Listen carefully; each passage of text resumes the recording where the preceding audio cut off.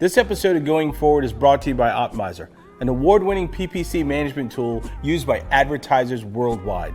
Save time and boost the performance of your PPC campaigns on Facebook, Amazon, and Google or Microsoft. Get a 14-day free trial at optimizer.com/go/VIP. You should be thinking about legal affairs as a way to protect what you're building along the way, or to earn more and keep more of the revenue you're creating. I think agencies give away too much value on the daily. It's very hard to own, frankly, the trademark that another party is going to use to sell what it sells. We just have to be thoughtful about the things that humans are, for now, indispensable around, and use the technology for the things that we can train it to do and expand our capacity with that leverage. Welcome to Going Forward, where inspiring conversations with leaders and entrepreneurs shape tomorrow. Dive into the depths of their journeys, the hurdles they've overcome, and the insights they bring to the future. Let's get moving right here, right now on Going Forward. Hey, Going Forward Nation. Welcome to Going Forward. This is your host, Elliott, and today I'm containing a little bit of excitement right now, right? And Sharon, don't laugh at me. I'm containing a little bit of excitement because I couldn't sleep knowing that I had this podcast scheduled today and this recording with Sharon today. Yeah, I'm serious. I couldn't sleep because I was so excited because I felt like I was in Charlie and the Chocolate Factory, and I was like one of the little kids in the factory. I'm so excited. So I am excited to bring to you today our guest, Miss Sharon Toerek of Torok Law.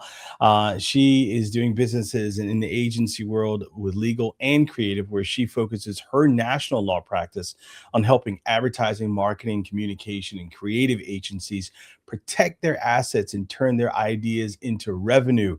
Boy, this is going to be a big one today. Sharon, welcome to Going Forward. How are you today? It's my pleasure to be here. I am very well, Eric. Thank you for having me with you today, and I'm excited too. Oh, yeah. Well, Sharon, I'm telling you, I mean that. I was like a kid in a candy store. I don't hear that very, not too many people are that excited to talk to lawyers, although you have a business that serves them. So I guess you better get excited about speaking with lawyers. Yeah. We serve them, but I think one of the other things too is like, there's been such a huge shift. There's so many things that has happened in the last few years, like from serving law firms. Like every day when you're online, you always see Claude can do this, put AI in your agency. And then, there's a creative element to what we're doing. And then you hear big studios letting go executives and creatives. And it's like, okay, all of these things, like what is it going to come down to? What's going to happen? And so I just thought like you were just a perfect person, to have, on this podcast today. There's so many different areas of law, but what made you, Sharon, focus on the creative side of it, or even learn the creative side of it as well? I think part of it honestly was happenstance and, and the intersection of an opportunity and, a passion in me that I probably didn't realize I had when I started down the pathway of pursuing a legal career. My first job actually in the legal field was in a very large law firm, but I happened to get assigned to the group of lawyers in that firm that handled intellectual property matters. And so it was trademark and copyrights and licensing, and I was basically their apprentice. I was doing the support work. I wasn't a lawyer yet at the time. I was in a paraprofessional role, but I got to learn the mechanics behind the legal protections of creativity. And it was a unique skill set to learn so early in my career. And I that eventually wound me to working more with marketers in general, eventually led to the pathway to serve agencies, which we can talk about if you like. But I think that I started to realize that it was an area of law that really kind of lit me up. And also it wasn't marketers do work that moves our culture and it moves commerce. Wow. And having a front row seat to that kind of creativity and innovation and seeing the impact that it has on jobs, employment, financial success of companies, just the art that gets created. Yeah. It's a privilege to Yeah. watch it every day, and so I think those were all the factors that probably put me on the pathway to where I am now. And I'm glad it did. I'm glad it did.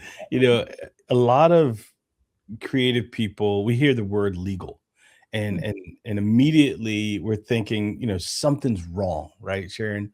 So how do you help agency owners see legal strategy as a protection for growth and not just protection from problems? How do you do that? Yeah. I will tell you that is probably one of the most challenging parts of my work as the leader of a firm that serves the marketing agency world. As a group, owners of marketing services firms tend to be pretty comfortable with risk, honestly. Mhm. Um, and they also like to move quickly, so they don't like anything that slows them down or impedes them. Right. And that in their mind frequently includes legal. And so my point of view and a working cornerstone of the way we do our work and look at it at my Mhm. is that legal affairs should be a profit center for your business rather than looking at them as a way to slow you down or cost your business money. Yeah. um, you should be thinking about legal affairs as a way to protect what you're building along the way or to earn more and keep more of the revenue you're creating as a result of your innovation and creativity. So when you look at it through that lens and you explain it in that lens, then I think it makes people take more of a pause to understand why being proactive is good business versus looking at it as some obstacle to have to get around or through to get to the rest of your day, right? Yeah, I mean, I like that you said being proactive is good business, but, like, how can they like, there are a lot, especially, like, let's just say in this community, there are a lot of creative people across this country, and even in, like, in this space, um, people are creating and they're thinking, like, they're not thinking about the lasting effects of what they've created. Mhm. So let's just say, if I use ourselves, as an example, we've created some campaigns that have become household names. But what happens down the road when those people fire you? You know what I mean? So how do they, when I say they, meaning agency owners, or how do they earn from their creative? Mhm. Once they have been paid for like the service, but the work lives on. I think you have to make a business decision about how you're going to build your business model and how you're going to monetize the work that you do. Mhm. It is true that the legacy in the marketing services world is very much built on an expectation of sort of work for hire when it comes to the intellectual property Right. and the work that's created. And so most clients slash brands have been cultured to expect that, you pay for a campaign, a concept, and at the end of the day, you're going to own that concept and that thinking to do with what you want. And for many years, honestly, that is the way that the business primarily has operated. Mhm. Agencies created creative and didn't really care what happened to it once it was done and, the invoice was paid. But what agencies have started to understand, and I think AI crashing into all of the business models of agencies right now is creating an opportunity for them to understand is that the money is in the thinking. The money is in the innovation and the creativity. And so what we're seeing now is agencies thinking about adjusting their business model to monetize that creativity differently. And an example of that might be, okay, we've created a campaign concept for you and you're going to be able to use it, but the level of use you want is gonna impact the amount of money you're gonna pay us for that. So, you wanna buy it outright, that will cost you more than you wanna use it in this market or for this period of time. So that's one way to go about it. Another way to go about it is we are an agency that serves a particular kind of business, but we do it in multiple markets. And so we're going to own these campaign and concept ideas and we're going to license them to you in your market only. But we have the ability, because we're retaining the rights to them, to use other to license them to other non-competing similar businesses in different parts of the country or world. Mhm. That's another model. Another model is some of what we do for you, you're going to own, and you can do whatever you want with it. And, here are the assets and here are the files. But some of it is our underlying intellectual property. It reflects our methodologies, our way of thinking, our software, our content library, whatever it might be. And that's ours, and that's always going to be ours, but you get the output that we create for you using those things. Mhm. So it's just a function of looking at your business model differently. And candidly, agencies didn't really want to do this for a Yeah. long time because it wasn't the quickest way for them to monetize the kind of work that they do. But as AI is making delivery and creation of assets easier and faster, and frankly, the expectations are getting more aggressive on the client's parts about the cost of those things, we have to be thinking differently about our business models. And so it's sort of a golden age right now, and I'm Yeah. here for it because I'm an intellectual property nerd, and I've been on this soapbox for Mm. years on behalf of agencies. So my day is finally here, Eric. You got it. It's yours. It's Yeah. fine. My day is finally here. But honestly, the financial opportunities in looking at your IP that you create in the day-to-day of doing your work are potentially enormous. And so you need to take a step back. And this is an example of looking at legal as a profit center, because the right legal partner can help you think about this in a different way that impacts your fortunes. Sharon, a lot of agency owners become agency owners by accident. Yeah. So, And a lot of them don't really know exactly, like, how to make legal a yeah. profit center. I can tell you truthfully here, for us, we we protect our creative, but we've never thought of it as like, wow, that's a profit center. That's something that can be on your balance sheet when you own these copyrights and trademarks to all this creative that you made. Yeah. Well, yeah, it is. And it's something, some food for thought here is that not only can it impact your journey to revenue, because you can think about ways to monetize this a little differently as we just sort of blew through, but Mhm. having a default of protecting the IP you're creating along the way, especially the IP that you're going to retain or that is a cornerstone of the way you deliver your services, Mhm. not only impacts your ability to earn revenue along the way, as I said, but we're in a very heated M&A market, even for very small Oh, agencies. yeah. And if you ever picture yourself in the position of succession, or perhaps wanting to exit your agency in the future, your intellectual property and your protection of it can impact your valuation significantly, so that when you're ready to sell that asset, it's worth more than an unprotected, set of files that nobody really thoughtfully put together and leveraged for monetary ability. It also gives an exiting owner or founder options. Maybe I've run an agency for 20 years and I'm ready to hand it over to a third party buyer or to a key employee, but I still want to consult. I still want to Yeah. use some of this intelligence that I created while I was running the agency to do other things with. And so you can sell one part of the business and not the other. Hmm. Uh, so it just gives you options. It impacts your valuation, and it helps you earn more money along the way, in my experience. Now, I like that where, but I've always been told and taught like the trademarks are there to protect the public, right? So what happens when you're creating something, or you got these creators who are creating for these law firms across the country, and then one of the ideas is so great, the law firm just trademarks it themselves? Well, that's a little tricky because a trademark actually, the purpose of a trademark is to indicate the source or the origin of some product or some service. Mhm. So it really belongs to whoever's selling the thing.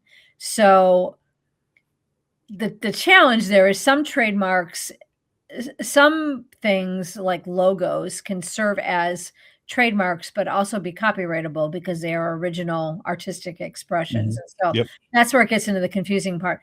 But a trademark is always going to belong to, in most cases, not always, the user of the trademark. And so it's a little challenging for the creator of a tagline or the creator of a brand to establish any brand rights in it. You have to think about monetization differently when it comes to that. There are IP holding companies that just sit there to own and manage and license out IP to third parties, but most agencies are not in that position. They're creating brand identity systems for their clients. And so it's very hard to own, frankly, the trademark that another party is going to use to sell what it sells. No, great point. Hold tight, listeners. We're taking a brief pause. Going forward, we'll be back shortly with more insightful conversations. If your company feels like chaos and finding anything is like solving a mystery, get Trainual, the app that turns all your scattered company knowledge into an organized playbook, where every employee question has an answer, just a simple search away. Where all of your processes and policies are documented, roles and responsibilities are defined, and delegating anything is as easy as drag and drop. Trainual, it's how you get your operations under control and how you deliver the ultimate onboarding and training experience. Running your law firm is a serious business. When you actually got out of law school, they didn't teach you how to market your business, or they didn't teach you exactly the business of running a law firm. And that's what we do. We want to be able to come in and work with you and your firm so that, one, you can start marketing your firm correctly, coach you on how to get to the next level and where you want to get your law firm. And most importantly, we don't want you to be one of those law firms who are a laughing stock of the community. Don't hire a marketing agency that's going to make you look like a buffoon online or social media and try and make you to be something that you are not. It's time for you to start running your firm the right way. Go to VIPmarketing.com.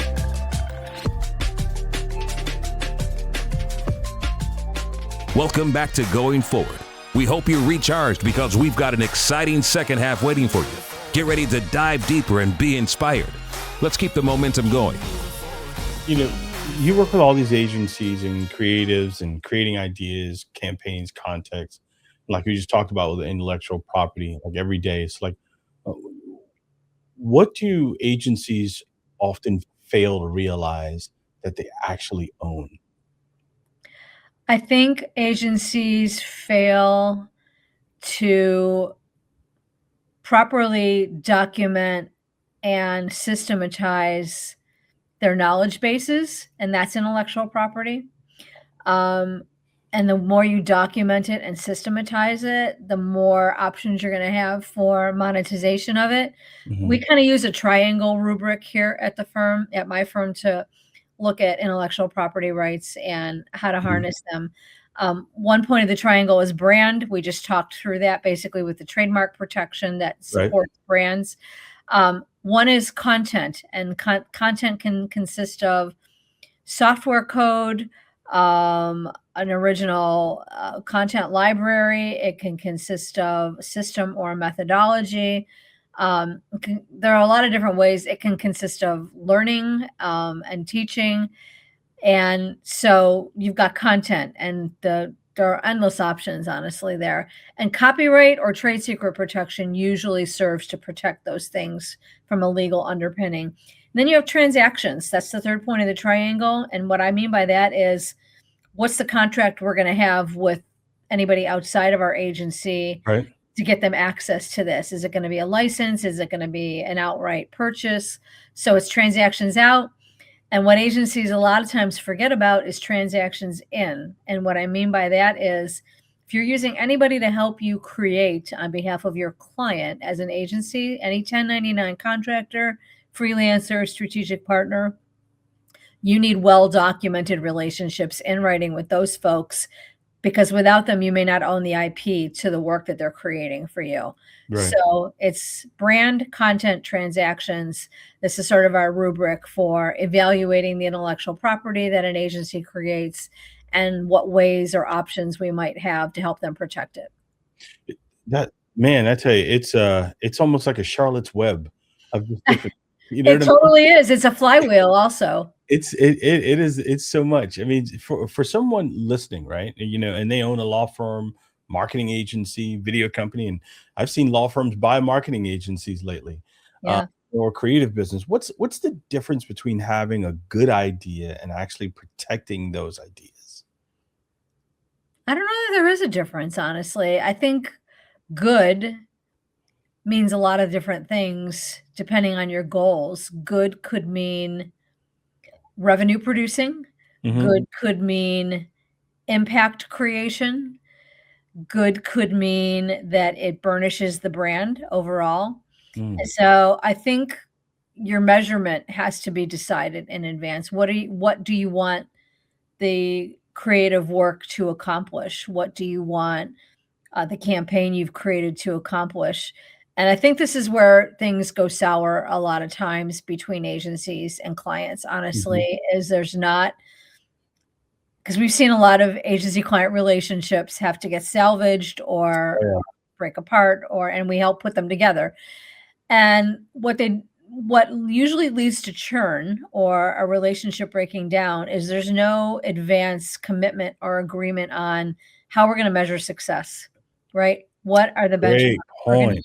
what are we going to use to as our measurement tools to determine whether this is accomplishing the goal that we're paying you to help us accomplish? Mhm. Um, and so because there's no hard discussion up front about that, the agency may be going in one direction thinking, they're winning all day long Yeah, because they're getting this result, that result. And the brand might be looking at an entirely different yardstick. And so you have to have those conversations up front. And so I yeah. say that only because, the difference between being able to own intellectual property in some work product and whether or not that work product is actually air quotes good really depends on your goals. What are you trying to accomplish? Yeah. And that's true. That's such a great point. It's funny you said that because I was saying something to our team. I was like, when you guys are talking onboarding, you have to talk about what the first 100 days are going to look like, Mhm. what success is going to look like. Because truthfully, like sometimes, and I'm guilty of this too in our shop, we go in thinking we're measuring inches and they're looking at centimeters. So Yeah. like we're saying, "Oh, it's great. It's going great." And they're like, It's not so great. Yeah. We brought you a ton of leads. They're not great leads. I think that is something that definitely needs to be established up front. So you're dead on with that. Um, are there times where you see where agencies, are giving away too much value without realizing that? And I mean, have you ever seen a situation like that, Sharon? Oh yeah. I think agencies give away too much value on the daily. I really do. They either, and this is not necessarily a legal problem. This is more of it can be an operational problem or a cultural problem. But some agencies just routinely either don't have scope creation skills nailed down, right? Mhm. Uh, they're not documenting how well the work they're doing falls within the scope that they promised the client they would provide, and so they end Right. up throwing and because expectations are not discussed as we just talked about, and you're not keeping track of scope, then you end up giving away all your profit because Wow. you are over servicing a client. So Yes. I think that's one major issue we see frequently.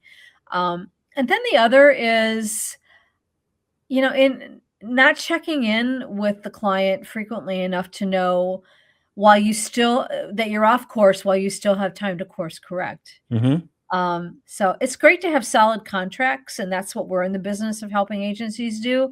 Right. But you have to back them up with operational practices that help you stay on track and in alignment with what you need to do to protect your margins as a business and what the client is expecting in terms of the impact of your work on their businesses, right? Because they have some business goal that they engaged you to help them achieve, Absolutely. right? One of the things though, you're right about that, Sharon, is like, oftentimes when clients hire you and they write the check, they think the problems should go away. And they don't always work that way. Like there are times where you would see law firms when it's a performance meeting, you have a performance meeting or they all have to come to the table. They don't show up. Or, Mhm. "Hey, We need you to approve the content, so we can make sure, one, that it's ethically correct. It's Yep. something that fits within the brand guidelines of what we're creating, and that you approve it. So how many times have you seen it where sometimes the lack of success in that relationship isn't on the agency all the time, but sometimes it's on the client? Have you seen that before? Well, yeah, we do see it, and I think it's an important thing to address in the relationship up front, not only in conversation, but we're also very clear when we are negotiating contracts for our agencies that we represent, Mhm. that there's a specific set of client responsibilities that have to be upheld in order for the relationship to be successful. They Yep. have to be available. They have to provide you the information that you need to do the work that you need to do, and it has to be timely.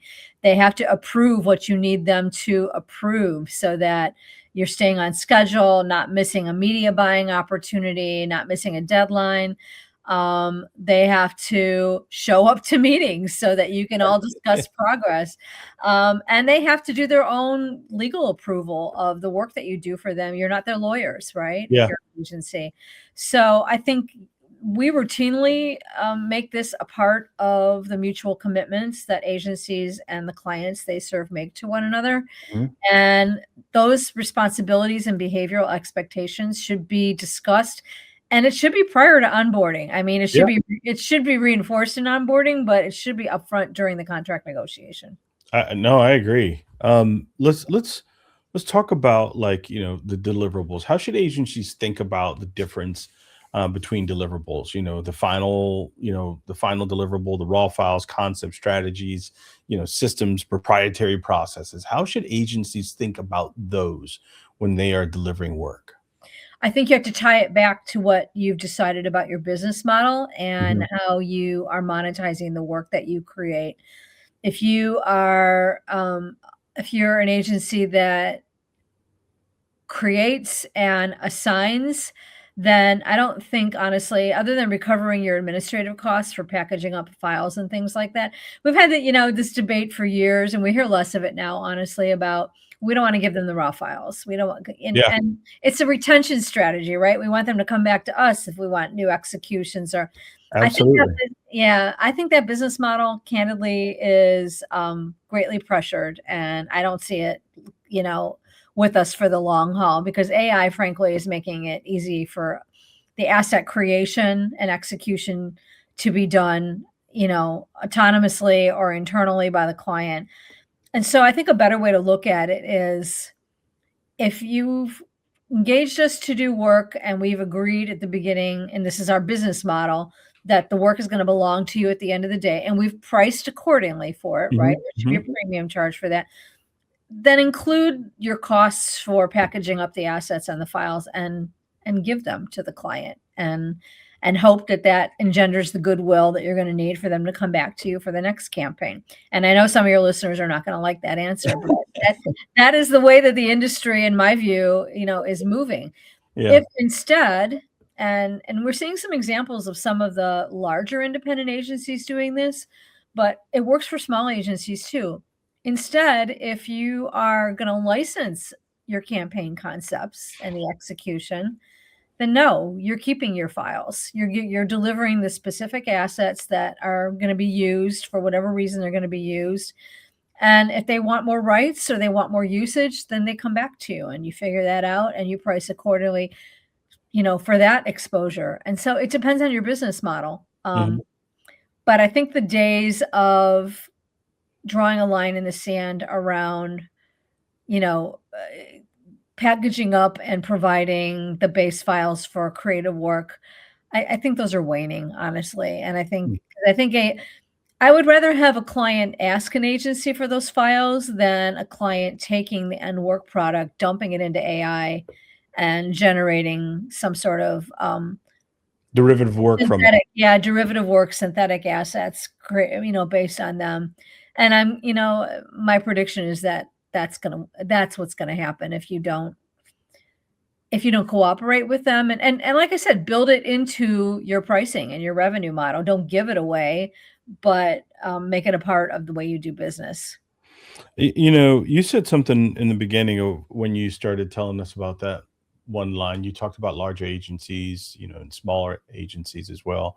And I see AI as this huge opportunity. And we have a team of 16 people, and one of the things that I even tell our team is like, what AI does is gives you the ability to compete against a 50-person shop if you're 16, 20 people, you know? Um, 100%. do you see now, with all this technology, we talked about earlier before we started recording, we started talking about Disney, Marvel, and all these things. Do you see it now, or do you foresee that the larger agencies will try and be smaller, more nimble? Do you foresee that? I foresee that, first of all, the holding companies are a hot mess. They are driven by goals that are completely um, at conflict in a lot of cases with the goals of the brands that they serve. And Mhm. I'm probably, I'm being a little dramatic about it, but I think this is a golden age for independent agencies. I think this is a golden age for small independent agencies who are nimble, who think quickly, who get ahead of the impact that this technology can have and the level playing field that it can create Mm. with.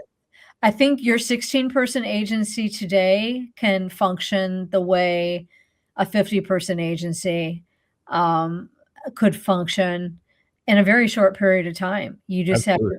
to, the agencies just listening to this just have to figure out um, what the humans do best and are necessary for, which is idea generation, context, strategy, and insight based on their experience. You and your team have specific insight into the Mhm. client audience that you serve. That's not going to be replicated anytime soon by AI. And so I guess the point is, I think the opportunities are exciting.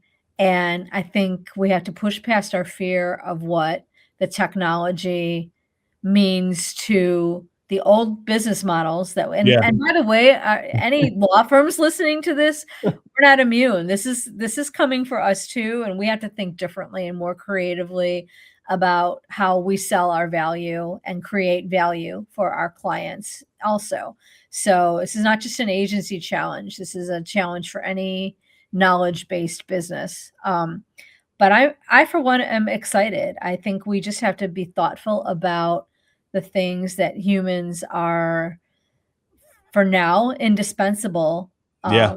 around and use the technology for the things that we can train it to do and expand our capacity with that leverage, which I think is an exciting opportunity.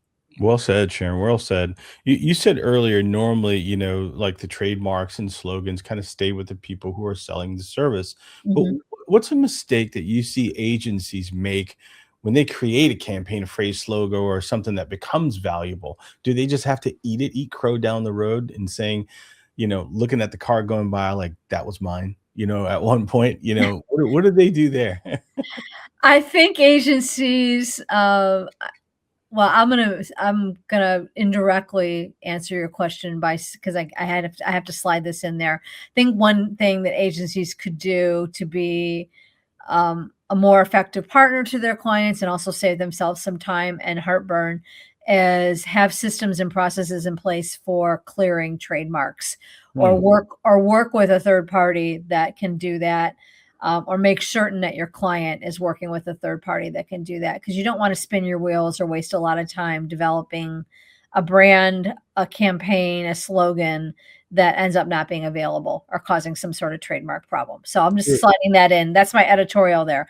But to directly to directly answer your question, I think it has to happen in the way you price your work scope. I mean, if creating a brand and a branding system and a tagline that is impactful, for example, um, I think you just have to leverage all the promotional value as an agency that you can out of that. For example, we want to splash this on our Hall of Fame on our website.